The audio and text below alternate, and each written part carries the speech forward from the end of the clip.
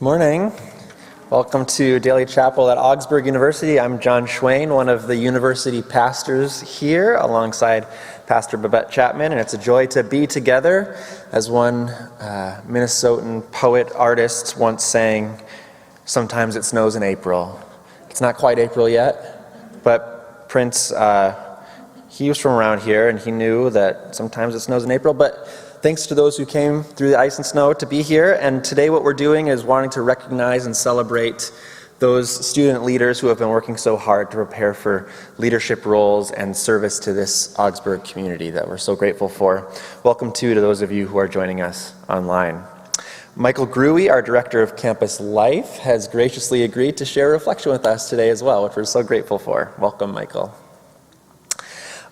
Also, before we begin, I just want to share a quick announcement that tomorrow will be a really exciting time in chapel. We'll be joined by Jarabe Mexicano, who will lead an eclectic and joyful mix of music for us with influences of Mexican folk and rock and roll and Tex-Mex and Latin rock and reggae cumbia, and it'll be really fun.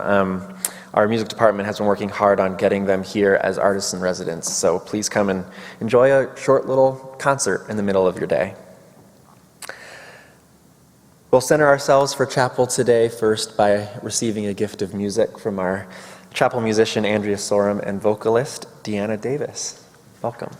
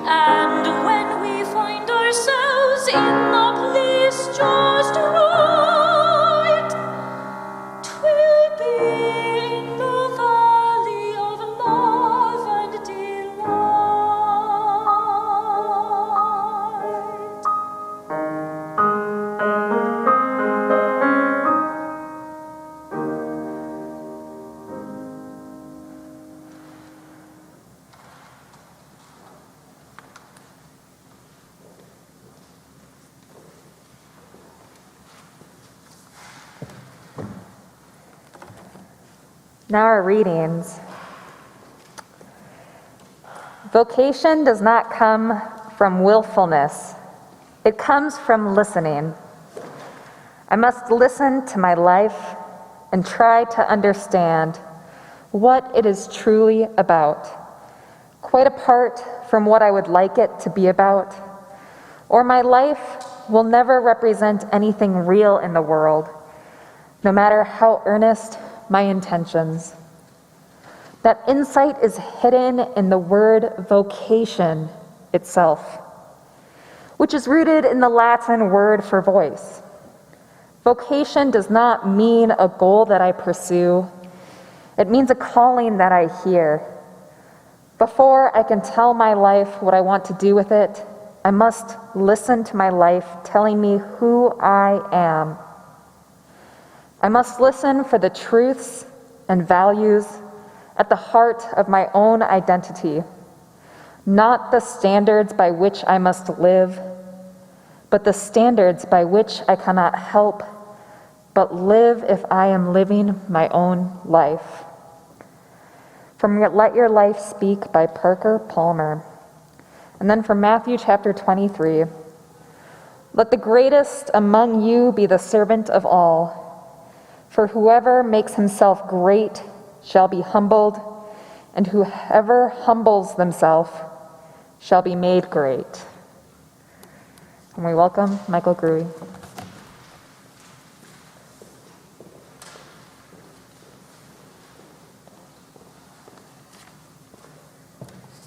Thank you so much to Campus Ministry for the invitation to speak this morning. So good morning, everyone.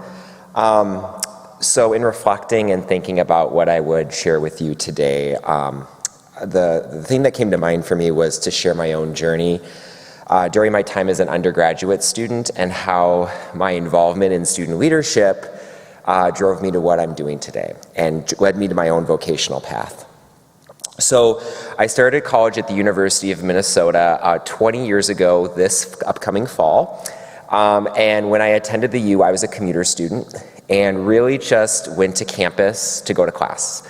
And so when I was not in class, I was usually in the library doing homework, studying, reading, whatnot.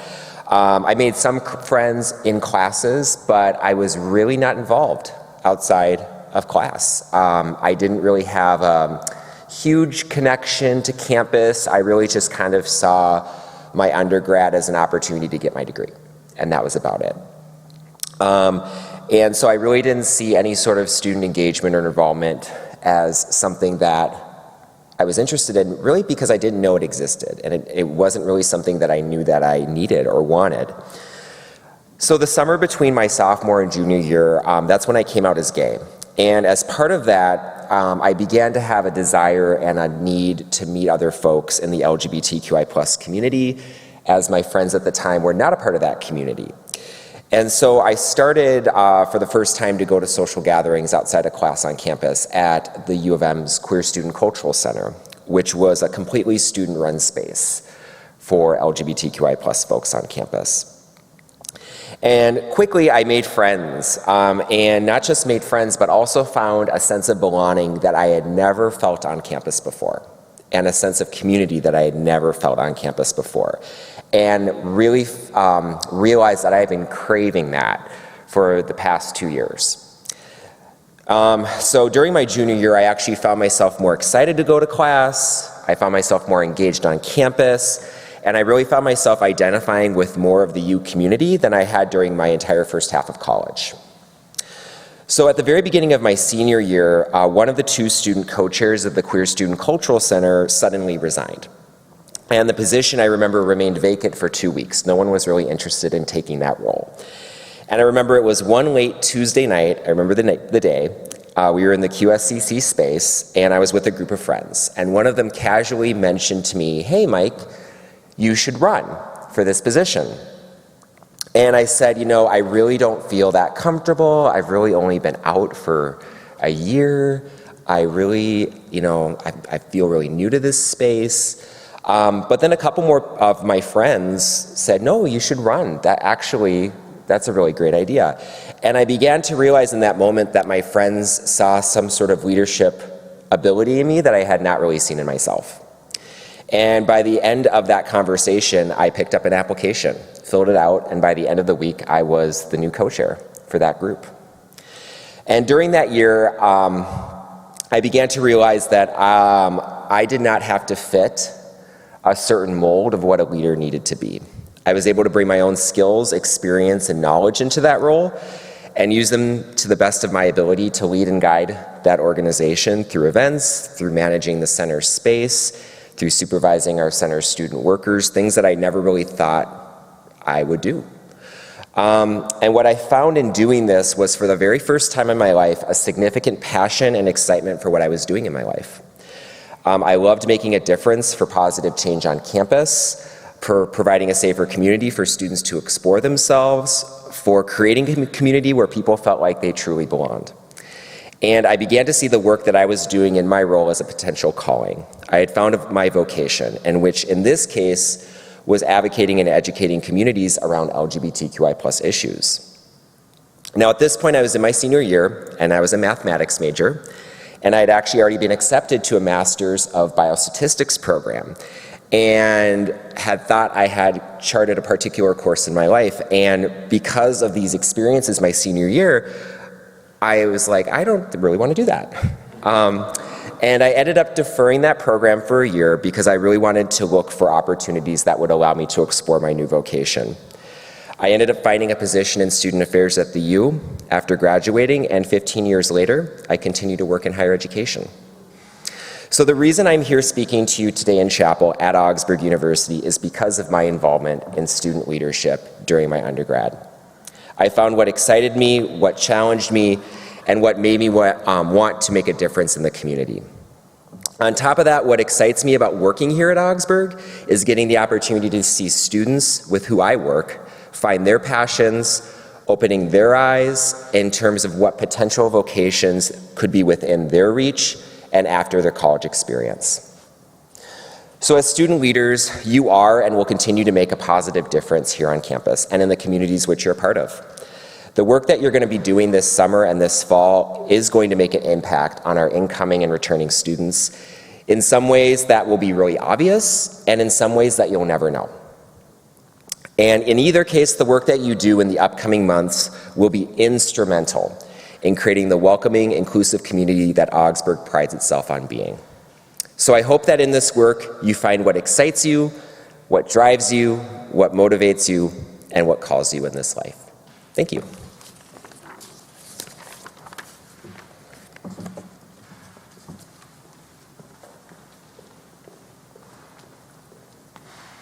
Thank you, Mike.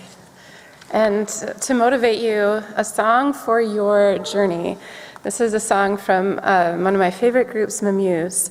We're going to learn it in two parts. So I'm going to teach part one, and Deanna's going to teach the second part. And we're going to divide around here. So Sarah and John, you can go this way. And the rest of you are in group one with me. This is how it goes. These hands are strong, this heart is wide, this mind is wise.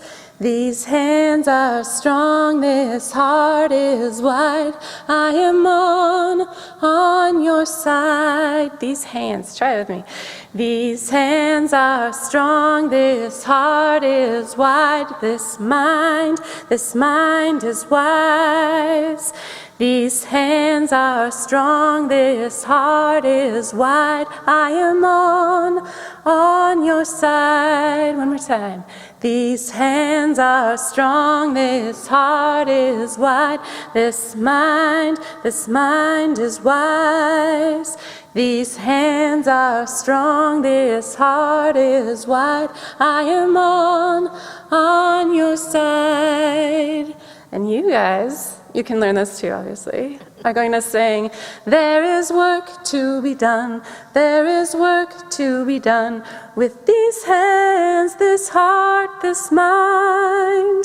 There is work to be done, there is work to be done, I am on your side. Let's try it. There is work to be done, there is work to be done with these hands, this heart, this mind. There is work to be done, there is work to be done, I am on your side. One more time. There is work to be done, there is work to be done with these hands, this heart, this mind. There is work to be done, there is work to be done, I am on your side. All right, we're going to start together. There is these, ready? These hands are strong, this heart is wide, this mind is wise. These hands are strong, this heart is wide, I am on your side.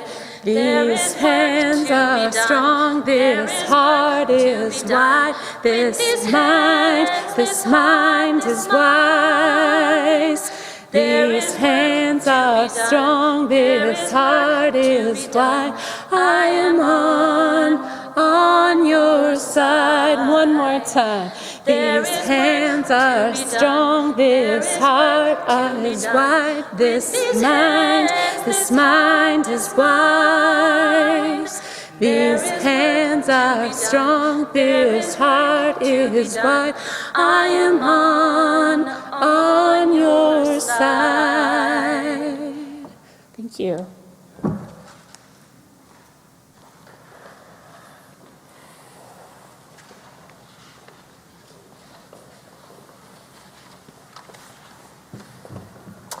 This time we'll invite those students that are here and who are joining us virtually. A blessing is a circle of light drawn around a person or a community to protect, heal, and strengthen. The beauty of the blessing is its belief that it can affect what unfolds, invoking the power and the promise of the divine. We offer this blessing to those who dare to explore new callings and work experiences, learn from others, grow into their leadership, and experience new communities and cultures. Today, this community together offers a blessing and affirmation for student leaders who are preparing to work and serve with Augsburg in the coming weeks, over the summer, and into the fall. Calling and caring one. We are sent and gathered into the world, free to serve our neighbors, fill our labor with love and compassion. Bless these students that are part of AUGSM, AYTI, orientation leaders, residence life, SOAR, and the many other leaders on our campus. For the days where the days can become long and the work can become weary. Bless them for the days where there is also laughter and joy, where there is connection and community, and where they find rest and peace and renewal for their work ahead. Bless them to feel excitement and awaken in them their willingness to fail and the flexibility to learn from the process. Grant them curiosity to move forward into the unknown courageously. And like Miriam, Aaron, and Moses, they have been called to go into the wilderness and into the unknown. These participants help us to navigate, learn, and grow in faithful and generous leadership. And we give God and the divine thanks for their spirit and for their visions and dreams to help shape our commitment to the Augsburg community. Leaders and supervisors, receive this blessing. Live into your gifted vocational call, full of courage, and be an embodiment of this blessing. Amen. Amen. And may the presence of the divine and of this community go with you from this place, offering you courage, strength, grace, and love. Thanks be to God. Amen. Amen.